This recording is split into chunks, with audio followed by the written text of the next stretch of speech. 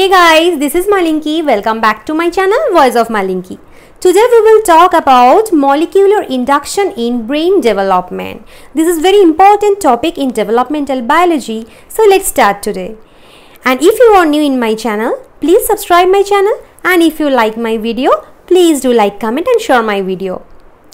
So embryonic induction is a process in which one group of cells directs the development of another group of cells.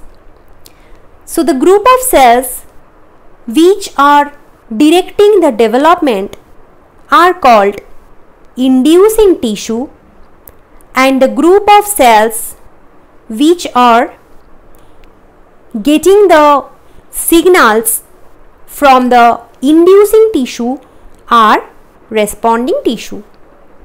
So during the early stages of embryonic development, three layers appear. The endoderm, it is the innermost layer, the mesoderm and the ectoderm. So ectoderm is the outermost layer, endoderm is the innermost layer, and in between outermost and innermost layer, mesoderm exists. Mesoderm releases some signaling molecules.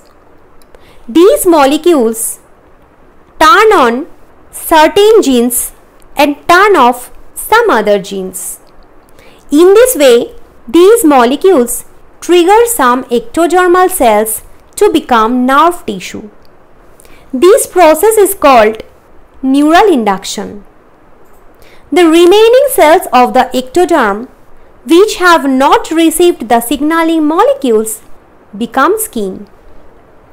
So some of the cells which are getting the molecular signals are becoming the nerve tissue, and those signals are coming from mesoderm, and rest of the cells which are not getting those signals, they will become the skin.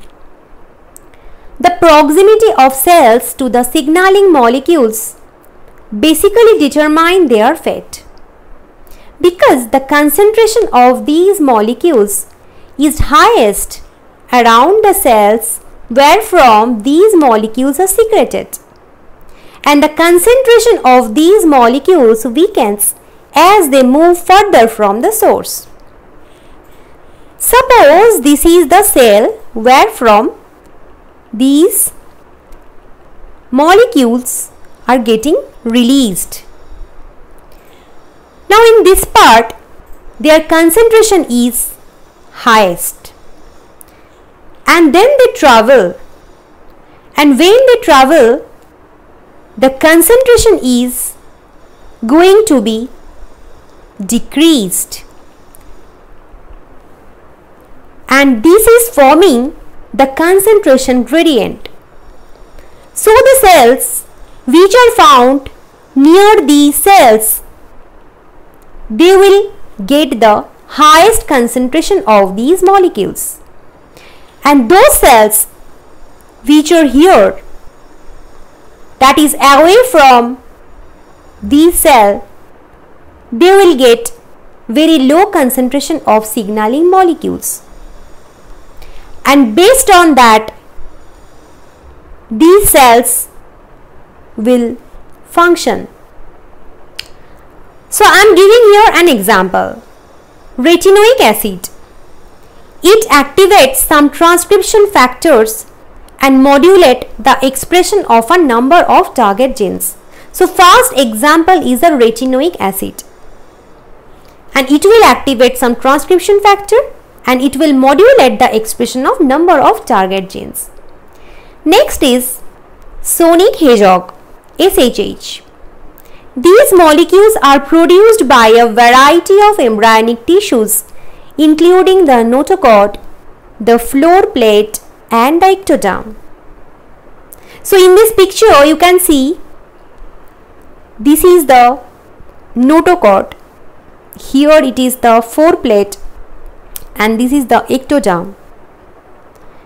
So SHH is getting produced by all of them. They bind to cell surface receptors. Their downstream signals determine the fates of some cells in the developing nervous system. So when they bind the cell surface receptors, they will induce a signal, and that signal will determine the fate of those cells in the nervous system. When these molecules are produced by mesodermal tissue lying beneath the developing spinal cord, the adjacent nerve cells are converted into glial cells. Because these molecules are getting generated from ectoderm as well as mesoderm. So when they are produced by the mesodermal tissue lying beneath the spinal cord, the adjacent nerve cells will be converted into glial cells. Cells that are further away receive lower concentration of SHH. They become the motor neurons that control muscles. Very low concentration of SHH promotes the formation of interneurons which relay messages to other neurons. So depending on the concentration of SHH, different cells will have different fates. Example 3, noggin and caudin. If ectodermal cells receive BMP, that is the bone morphogenic proteins, BMP. So if ectodermal cells receive BMP, they become epidermis. This epidermal fate is avoided by the local activity of other inductive signaling molecules called noggin and caudin.